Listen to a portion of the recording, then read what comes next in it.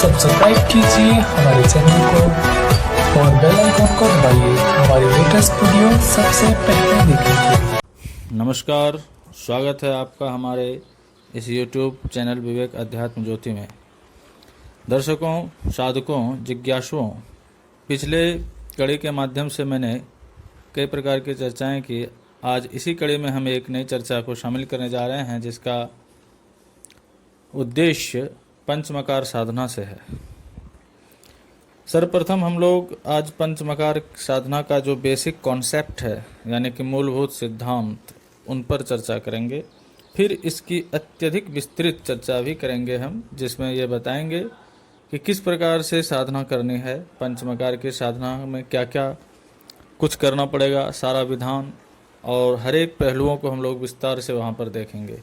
परंतु आज हम इसके मूलभूत सिद्धांतों को, कि यह क्या है, कैसे है, इसके कितने प्रकार के अंग हैं, इन तमाम चीज़ों को हम लोग आज इस YouTube के ऑडियो चैनल के माध्यम से देखेंगे। चूँकि विषय बहुत लंबा है, इसलिए आप लोग इस ऑडियो को अंत तक सुनेंगे, तभी इसका पूर्ण लाभ आप लोगों को प्राप्त हो सकेगा साधकों। और मेरी आशा है कि जो भी लोग पंचमकार साधना से जुड़ी जिज्ञासा रखेंगे, उनकी हर संभव पुष्टि हो सकेगी इस ऑडियो के माध्यम से। तो आइए मित्रों, दर्शकों, सज्जनों, साधकों, आज हम इस विषय पर चर्चा करें। और यह वीडियो अगर पसंद आए तो आप सभी लोग इसे ज़्यादा से ज़्यादा लाइक और सब्सक्राइब करें, ताकि मैं और भी जटिल सब विषयों को प्रयास करूंगा कि वो सैद्धांतिक रूप से आप तक पहुंचा सकूं।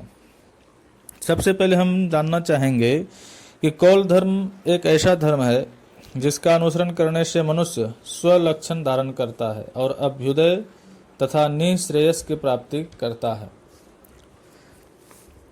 अन्य वेदों में उपासना का आडंबर और विधि निषेध का ऐसा जाल फैला हुआ है कि यदि आप भगवत चिंतन करना चाहते हैं तो आपको संसार छोड़ना पड़ेगा। आप संसारी रहकर इष्ट चिंतन कर ही नहीं सकते। उनके विशिष्ट प्रकार के विधान, यानी कि इसको छोड़ो उसको रखो जैसे नियम, साधक के हृदय की भेद भावनाओं को सदा जागृत रखते हैं। और कौल मार्ग में दिक्काल नियमो नास्ति, तिथि आदि नियमो न च, सर्वदा पूजयेत देवीं स्नातः कृत भोजनः। कौल साधना में जब मन करे, जहाँ मन करे वहीं मंत्र का जप करो। बिना नहाए, बिना सोए, बिना खाए कोई अंतर नहीं पड़ता। भोजन इत्यादि करके जगदम्बा का पूजन करो। खटराग यदि है तो वह केवल मादक वस्तुओं के सेवन के विषय में है। याग काल के अतिरिक्त मादक वस्तुओं का सेवन दोष बताया गया है। और इस याग का खटराग स्पष्ट है कि कट्टर वाम मार्गी का मादक वस्तुओं का सेवन तभी संभव है जब उसके पास पुष्कल धन तथा समय हो। वामी यानी कि वाम मार्गी के लिए आग्रह कुछ भी नहीं, सभी कुछ ग्रहण करने योग्य है। और इसकी विवेचना आज हम लोग इसी प्रकार से करेंगे कि शक्ति साधना 3 प्रकार के आचार्यों से की जाती है। पहला है दक्षिणाचार, दूसरा है वामाचार और तीसरा है कुलाचार। रुद्रयामल तंत्र में इनके लक्षण भी बताए गए हैं। जैसे अगर दक्षिणाचार की बात करें तो दक्षिणाचार में बताया गया है कि प्रातः स्नान कीजिए, दिन में पूजन, हविष्य अन्न का भोजन, पूजन में उर्ण आसन तथा रुद्राक्ष माला का प्रयोग, श्रौत अस्मार्त धर्म में दृढ़ रहकर साधना करने का विधान बताया गया है। पंचमकार से पूजन करना सर्वथा निषिद्ध माना गया है। और पहले तो ब्रह्मचर्य से साधक को रहना चाहिए। यदि ब्रह्मचर्य में ना रह सकें तो अपनी स्त्री में रत रहें। दूसरा, वामाचार में स्नान शौच का कोई बंधन नहीं है। साधक सर्वदा सर्वकाल में जप ध्यान आदि कर सकता है। रात्रि पूजन विशेषतया प्रशस्त बताया गया है। इस आचार में साधकों को वर्णाश्रम धर्म के बंधन में पड़ने की कोई आवश्यकता नहीं है। वामाचारी को सर्व वर्णों में समानत्व समझना चाहिए। मद्य मांस आदि से देव पूजन करना विहित है। साधना में स्वकांता परकांता के बीच कोई भेद नहीं मानना चाहिए। तीसरा है कुलाचार, जिसमें राजयोग है और इसके पंचमकार अंतर्याग से संबंधित हैं, जिनका हम आगे उल्लेख करेंगे। साधकों, इन्हीं आचार त्रय को भाव त्रय भी कहते हैं। यथा क्रमानुसार अगर देखें तो पशु भाव पहला हो गया, दूसरा वीर भाव हो गया और तीसरा दिव्य भाव हो गया। काली विलास तंत्र में कहा है कि हे देवी, भाव त्रय को सुनो। हे ये कर्मानुसार दिव्य, वीर और पशु कहे गए हैं। दिव्य देववत है, वीर भाव में औद्धत्य है और पशु भाव जो सदा शुद्ध तथा सूचिवत है। यहाँ यह ध्यान रखना चाहिए कि काली विलास तंत्र पशु भाव को सर्वोत्तम मानता है और वीर भाव को सबसे निकृष्ट। उसमें उद्धत मानसः प्रयोग से यह स्पष्ट है। अन्य तंत्र पशु भाव को निषिद्ध मानते हैं। रुद्रयामल का वचन है कि पहले पशु भाव करके फिर अवश्यमेव वीर भाव को करें, जो महाभाव है और सब भावों में उत्तमोत्तम है, उसको करके और फिर समस्त श्रेयों के आश्रय दिव्य भाव को करें, जो महाफलदायक है। वहीं पर भाव चूड़ामणि को अगर देखें तो वहाँ पर पशु भाव को सर्वनिंदित कहा है। श्री देवी अपने मुखारविंद से कहती है कि हे देवी, भाव 3 प्रकार के हैं, दिव्य, वीर तथा पशु। आद्य भाव यानी कि दिव्य भाव हे महादेव सर्व समृद्धि देने वाले हैं, दूसरा वीर भाव मध्यम और तीसरा पशु भाव सर्वनिंदित है।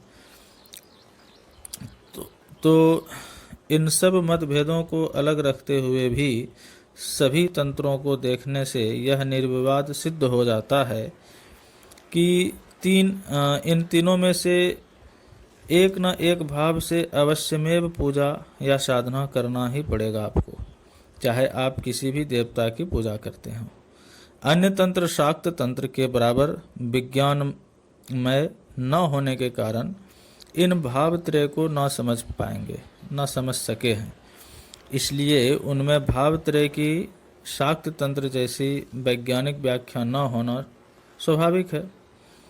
पंचमकार के नाम प्रायः सभी जानते हैं। इनके नाम है मध्य पहला, मांस हो गया दूसरा, मीन हो गया तीसरा, मुद्रा हो गया चौथा और मैथुन हो गया 5वां।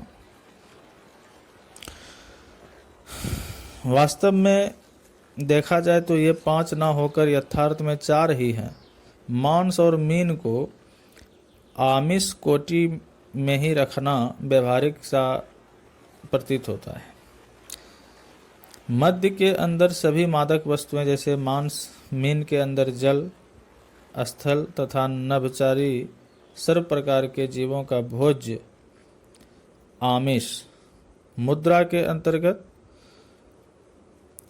सर्व प्रकार के चर्वणीय अन्न यानी कि विशेषतः तले हुए अन्न जितने भी होते हैं वो मुद्रा में रखा गया है।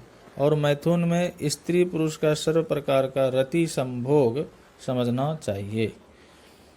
शाक्त तंत्र अनुसार जिस किसी भी भाव से आप पूजन साधना करें, पंचमकार प्रत्येक भाव में पूजा की सामग्री है। केवल भाव विशेष में यही है कि पंचमकार अर्थ तथा भाव विशेष रखते हैं। पंचमकार को तंत्र शास्त्र में पंच तत्व भी कहा गया है।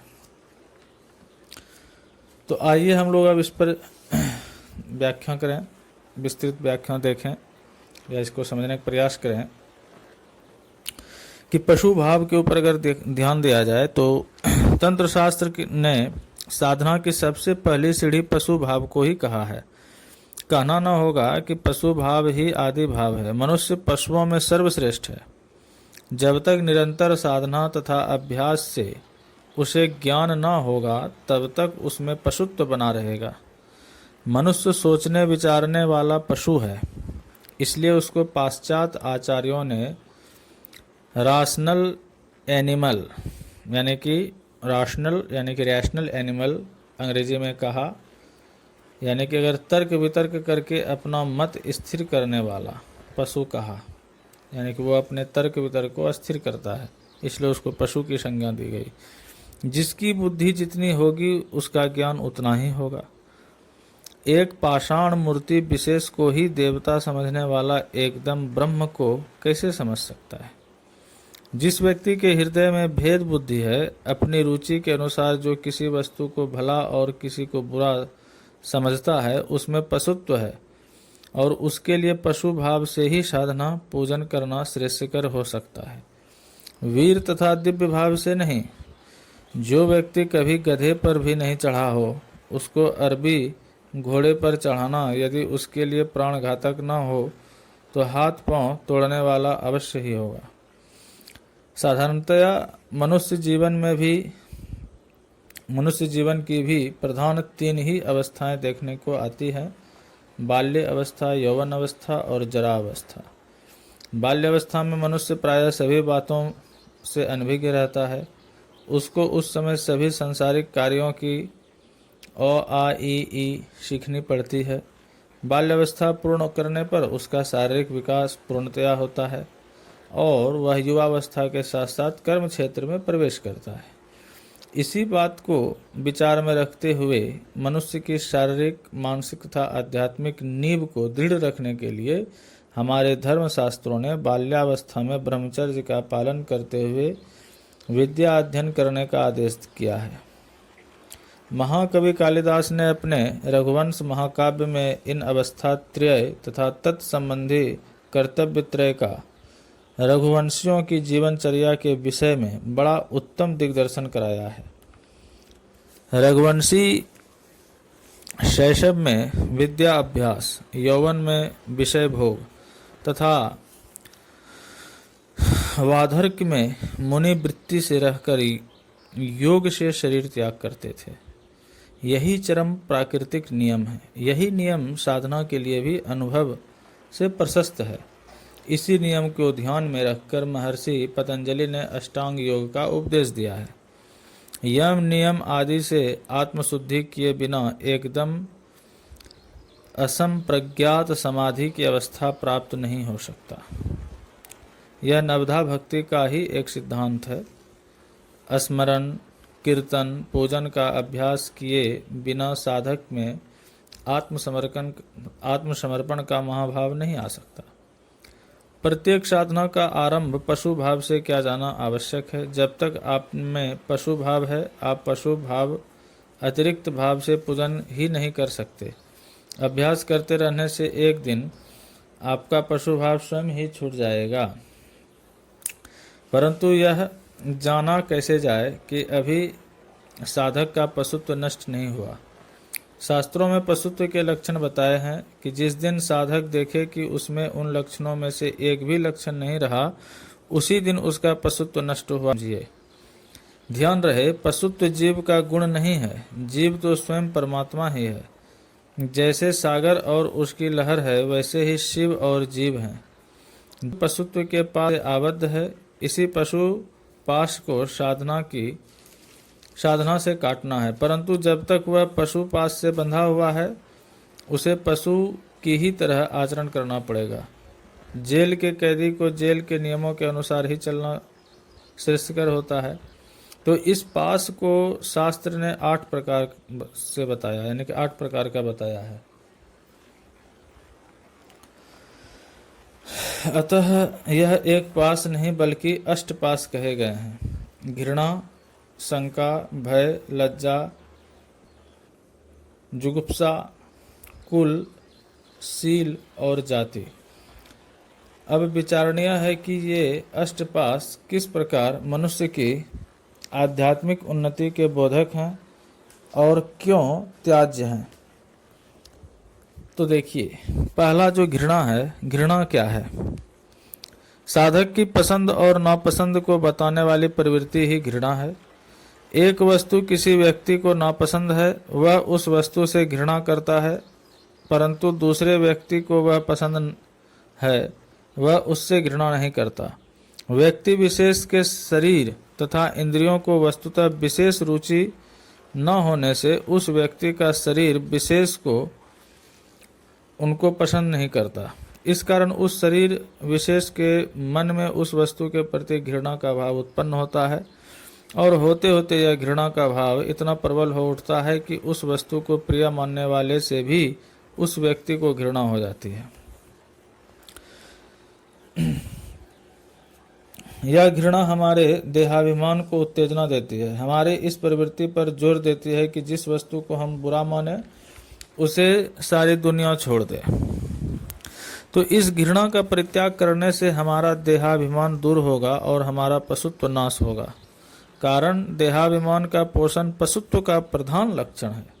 इसलिए शास्त्र कहता है कि जब तक देहाभिमान है, देह का अभिमान है, तब तक ममता है, और जब तक गुरु कृपा ना हुई, अर्थात जब तक गुरु कृपा से यह देह का अभिमान नष्ट नहीं हुआ, तब तक तत्व कथा कैसी संभव है। दूसरी बात आती है शंका। तो ये शंका दूसरा पास कहा गया है। साधक के हृदय में अन्न के प्रति संदेह की भावना, दीर्घ सूत्रता इत्यादि भावनाएं सब शंका के अंतर्गत आती है। संसारिक माया मोह में पड़ा हुआ मनुष्य अपनी भौतिक उन्नति के लिए नाना प्रकार के छल प्रपंच करता है, झूठ बोलता है, कपट व्यवहार करता है। इसलिए वह दूसरे को भी वैसे ही समझने के कारण उससे शंकित हो रहता है। शकुन शास्त्र, फलित ज्योतिष इत्यादि जो विद्याएं मानव की शंका के मूर्त रूप हैं, ये उसी का रूप माना गया है। उसकी लोलुप प्रवृत्ति उसको सर्वदा शंकित बनाए रखती है। वह सोचता है कि अमुक मुहूर्त में धन कमाने अथवा मुकदमा करने जाऊंगा तो मुझे लाभ होगा। उसको अपने काम की चिंता नहीं रहती, बल्कि लाभ की चिंता रहती है। यदि वह अपने कार्यों को कर्तव्य समझकर करे और हानि लाभ की चिंता के फेर में न पड़े, तो उसे शंकित होने की आवश्यकता ही नहीं रह जाती।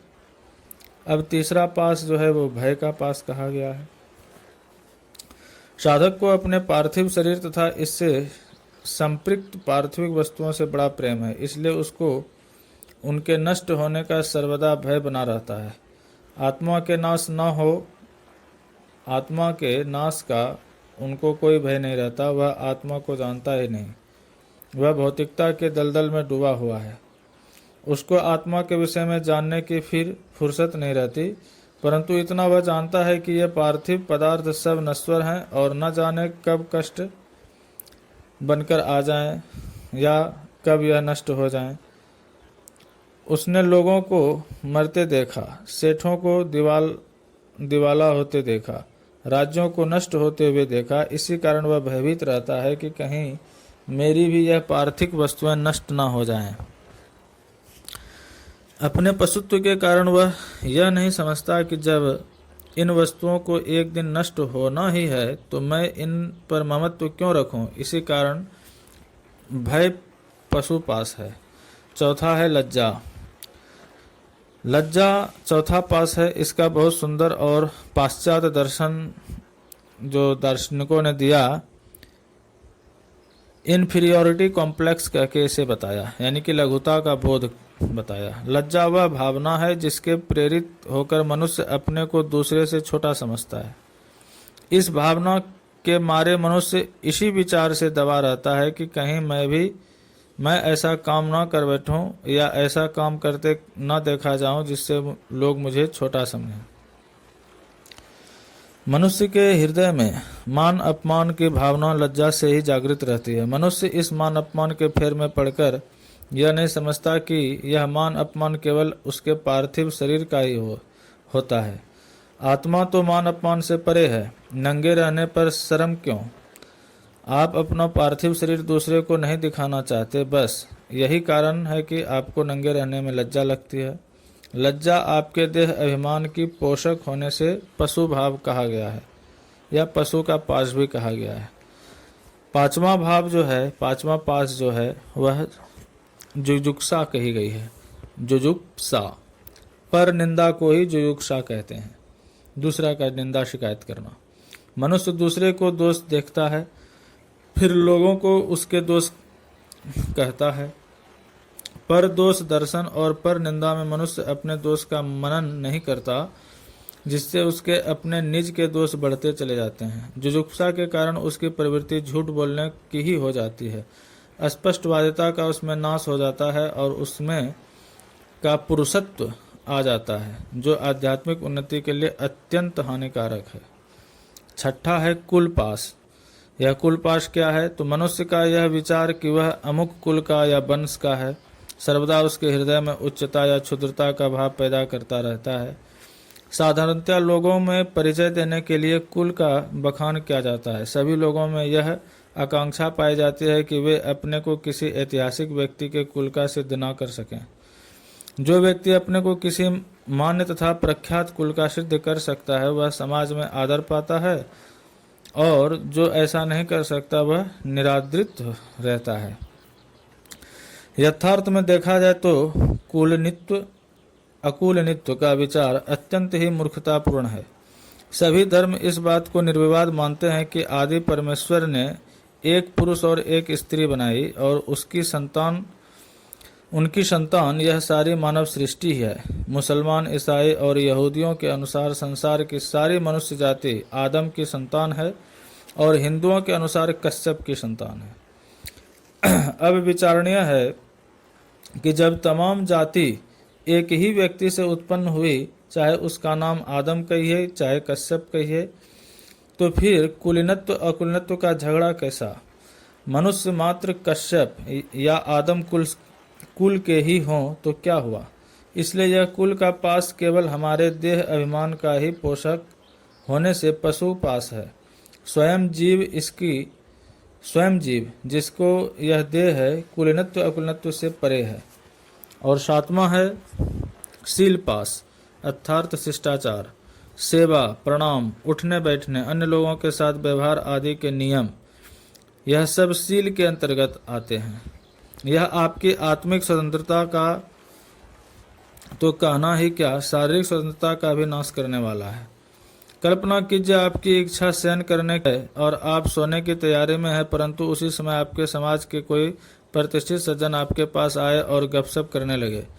आपको नींद आ रही है, हृदय से आप चाहते हैं कि ये महाशय चले जाएं तो मैं सोता रहूं, परंतु वे 2 घंटे आपके पास डटे रहे और आपकी नींद खराब कर दी। यह आपका शील ही है जो इसका बंधन था, यानी कि यह आपका शील ही का बंधन तो है जिसके आप ऊपर इतना अत्याचार करवाया गया। यदि आप शील के बंधन से बंधे न होते तो आप उनसे कह देते कि महाशय आप इस समय पधारिए, मैं सोने जा रहा हूँ।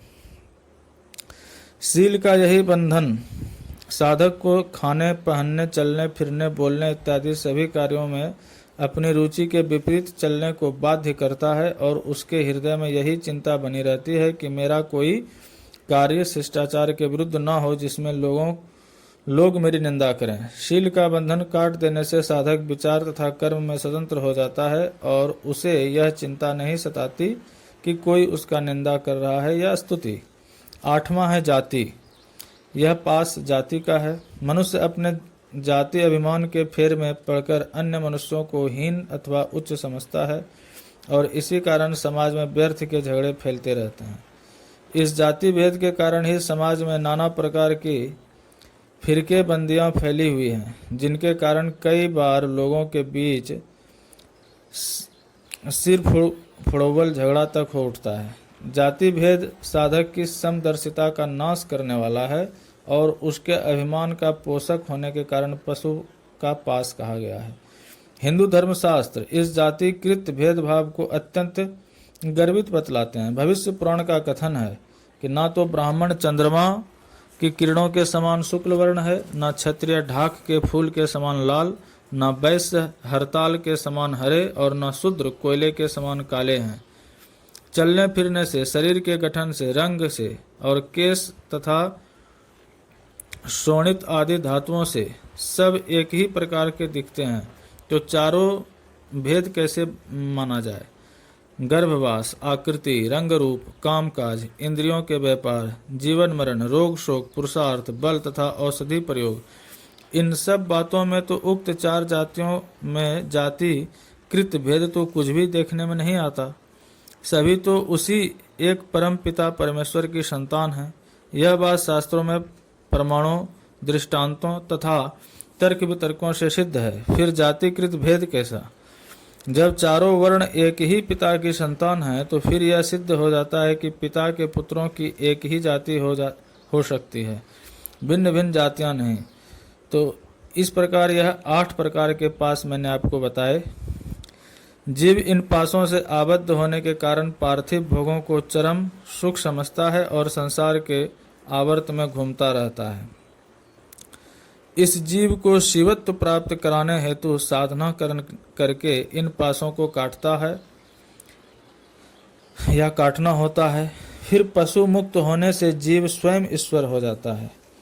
साधक की जैसी मनोवृत्ति रहती है उसी प्रकार की साधना करने से उसका श्रेय संभव है।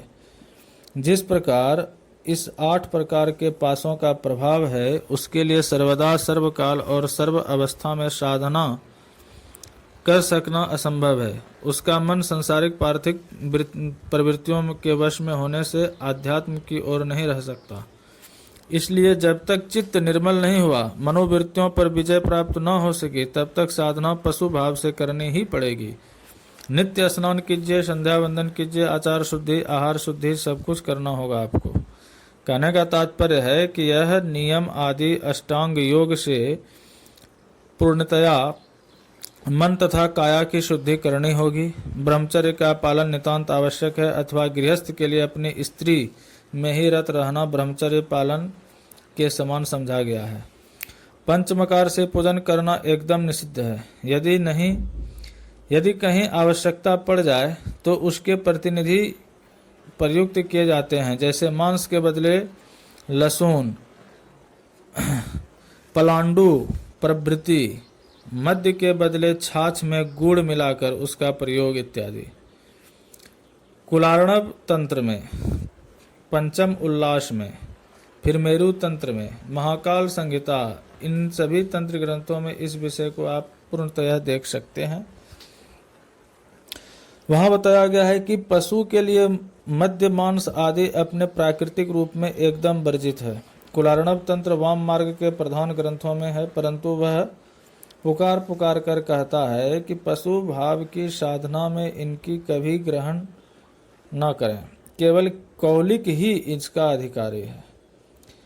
यथा पशु के लिए मद्य, मांस सूंघना, देखना, छूना और पीना मना है, कौलिकों के लिए ही उनका सेवन परम फल देने वाला होता है। सुरा, अन्नों का मल या सुरा अन्नों का मल पांपा कहा जा सकता है, इसलिए ब्राह्मण, क्षत्रिय और वैश्य सुरा ना पिएं। यदि मद्य पर दृष्टि पड़ गई तो सूर्यावलोकन से उसका पाप छूटता है।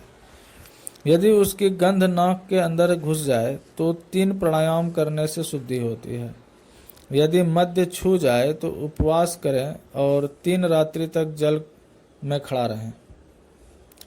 यदि सुरापान कर लें तो उबलती हुई शराब गरम गरम गले में डालें, उससे मुंह जल जाए, तब वह शुद्ध हो सकता है। पशुवाचारी को मद्य, मांस, मैथुन आदि से विरत करने के लिए यहाँ तक दलीलें दी गई है कि यदि मद्यपान से सिद्धि मिले तो सब मद्यपान सिद्ध हो जाने चाहिए, यानी कि सभी को मद्यप सिद्ध हो जाता। मांस खाने से यदि पुण्य होता तो सब मांसाहारी जीव पुण्यात्मा हो जाते, और यदि स्त्री संभोग मात्र से मोक्ष मिलता तो संसार के जंतु मात्र को मुक्त समझना चाहिए, क्योंकि सभी स्त्री संभोग करते रहते हैं। पशु आचार, जिसको विशुद्ध वैष्णवाचार कहा गया है, और वर्णाश्रम धर्म के विधि निषेधात्मक बंधनों से जकड़ा हुआ है कहा गया है। वहीं पर भाव चूड़ामणि का अगर कथन देखें तो वहाँ पर कथन है कि पशुवाचारी त्रिसंध्य देव पूजा, त्रिसंध्य जप करें, रात्रि में भूल कर भी मंत्र न जपें, माला का स्पर्श न करें, भोजन करने के बाद मंत्रोच्चारण करें, सर्व कर्मों में मौन रहें, मैथुन तत्संबंधी कथा में बोलना, सुनना या मैथुन संबंधी परामर्श, इनको त्याग देना होगा या इसका त्याग कर देवें। इस प्रकार साधना करते करते पशुत्व के बंधन ढीले पड़ जाते हैं, साधक का हृदय आर्द्र होने लगता है और कुलार्णव में कथित लक्षणों से वह पहचान में आने लगता है। वे लक्षण क्या हैं? तो प्रसन्न, संतुष्ट, निर्द्वंद, मात्सर्य रहित, कुल संबंधी, स्व अध्याय में लगे हुए, शांत और जगदम्बा के भक्त। कुल चर्चा चलने पर जिनका आनंदित हो जाना या आनंद से रोमांचित हो उठना, वाणी गदगद हो जाना और अश्रुपात होने लगे, वे ही उत्तम कौलिक कहे गए हैं। इसलिए गुरु को दीक्षा देने से पहले अपने भावी शिष्य की पूरी परीक्षा कर लेनी चाहिए कि जिस साधक को मैं दीक्षित करने जा रहा हूँ उसने वीर भाव में प्रवेश करने की योग्यता प्राप्त की है या नहीं। परीक्षा के कुछ नियम शास्त्र में इस प्रकार बताए गए हैं कि जिसे दीक्षा लेनी हो उसे गुरु अपमान पूर्वक खींचे और मारे। इस प्रकार खींचे व पीटे मारे जाने पर जिसे विषाद न हो, बल्कि जो प्रसन्न होकर यह सोचे कि अब गुरु महाराज मुझ पर अनुग्रह करने वाले हैं, ऐसा सोचकर आनंद के मारे जिसको कंपन और रोमांच होने लगे, नेत्र तथा स्वर में विकृति पैदा हो जाए, उस साधक को दीक्षा देने योग्य समझना चाहिए। पशु भाव के बाद उससे उच्चतर सोपान आता है वीर भाव। तो आज हम वीर भाव को भी थोड़ा देखेंगे, क्योंकि वीर भाव का विषय काफ़ी विस्तृत है। इसे हम 2 अलग अलग चरणों में देखेंगे। वीर भाव में जब हम प्रवेश करेंगे तो हम वीर भाव की एक विस्तृत चर्चा करेंगे साधकों। अगले वीडियो में या अगले ऑडियो में मैं आप सभी को वीर भाव के बारे में विस्तृत जानकारी दूंगा, परंतु आज मैं यहीं पर विराम लेता हूं और यह वीडियो आप अंत तक सुनेंगे तभी आपको पूरा लाभ मिलेगा। और पसंद आए तो इसे अधिक से अधिक लाइक और सब्सक्राइब करें। तब तक के लिए मैं आज यहीं वाणी को विराम देता हूं। आप सभी का धन्यवाद।